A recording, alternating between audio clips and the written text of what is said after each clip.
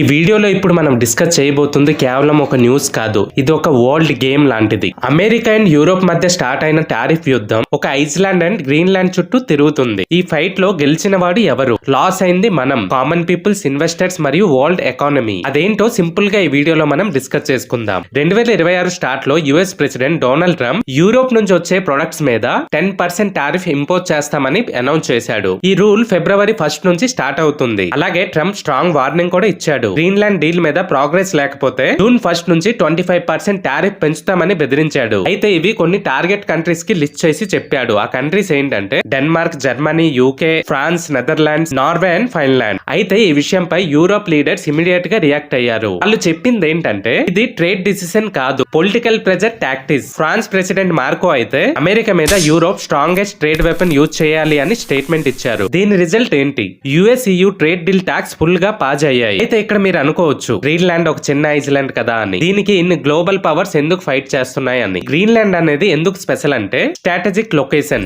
ఇదేంటంటే Arctic routes, future shipping highways లా మారబోతున్నాయి. అండ్ అలాగే ఇక్కడ రేర్ మినరల్స్ కూడా ఉన్నాయి. దీని ద్వారా ఫ్యూచర్ లో electrical vehicles, defence tech, satellites కి కావాల్సిన రీసోర్సెస్ అయితే దొరకబోతున్నాయి. అలాగే మిలిటరీ ఇంపార్టెన్స్, ఆర్కిటిక్ రీజన్ లో కంట్రోల్ ఉంటే గ్లోబల్ సెక్యూరిటీలో అప్పర్ హ్యాండ్ ఉంటుంది. ఇప్పుడు ఈ గ్రీన్లాండ్ అన్నది టెక్నికల్ గా డెన్మార్క్ కంట్రోల్ లో ఉంది. అందుకే డెన్మార్క్ మీద ఇప్పుడు టారిఫ్ ప్రెజర్ పెడుతున్నారు. ఒక ఇండైరెక్ట్ పొలిటికల్ మూవ్ లాగా యూరోప్ అన్నది చూస్తుంది. సో ఇది ఒక జస్ట్ ట్రేడ్ కాదు, జియో పాలిటిక్స్ లో ఇది ఒక బిగ్గెస్ట్ గేమ్ లాంటిది. ఈ న్యూస్ అనేది వచ్చిన వెంటనే గ్లోబల్ మార్కెట్స్ రియాక్ట్స్ అయ్యాయి. స్టాక్ మార్కెట్స్, కరెన్సీలో ప్రెజర్, చాలా మంది ఇన్వెస్టర్స్ సేఫ్ వైపు మూవ్ అయ్యారు. యుఎస్ మరియు EU ట్రేడ్ అంటే వరల్డ్ ఎకానమీ బ్యాక్ బోన్ అని చెప్పొచ్చు. యూరోప్ నుండి అమెరికాకి cars, machines, medicines, luxury goods వస్తాయి. అమెరికా నుంచి యూరోప్ కి టెక్నాలజీ, వెపన్స్, ఎనర్జీ ప్రొడక్ట్స్ వెళ్తున్నాయి. ఇలాంటి టైంలో టారిఫ్స్ పెరిగితే ప్రైసెస్ కూడా పెరుగుతాయి. చాలా కంపెనీస్ కూడా కాస్ట్ పాస్ చేస్తాయి. ఫైనల్ ఇంపాక్ట్ పడేది మాత్రం కామన్ పీపుల్స్ కి, అంటే మనలాంటి వాళ్ళకే. US and Europe relation just trade కాదు, వాళ్ళు నాటో అలైస్. ట్రేడ్ వార్ గనక గ్రో అయితే ట్రస్ట్ అన్నది వీకెన్ అవుతుంది, డిఫెన్స్ కోఆపరేషన్ అన్నది స్లో అవుతుంది, అలాగే గ్లోబల్ డిప్లొమసీ కూడా అవుతుంది.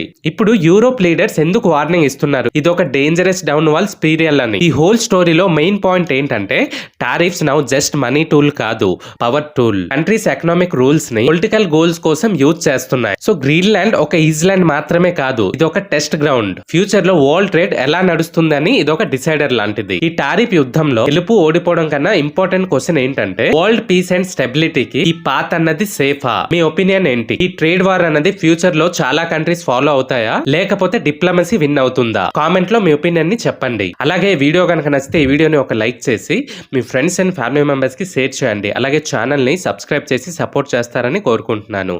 Thanks for watching. జై హింద్.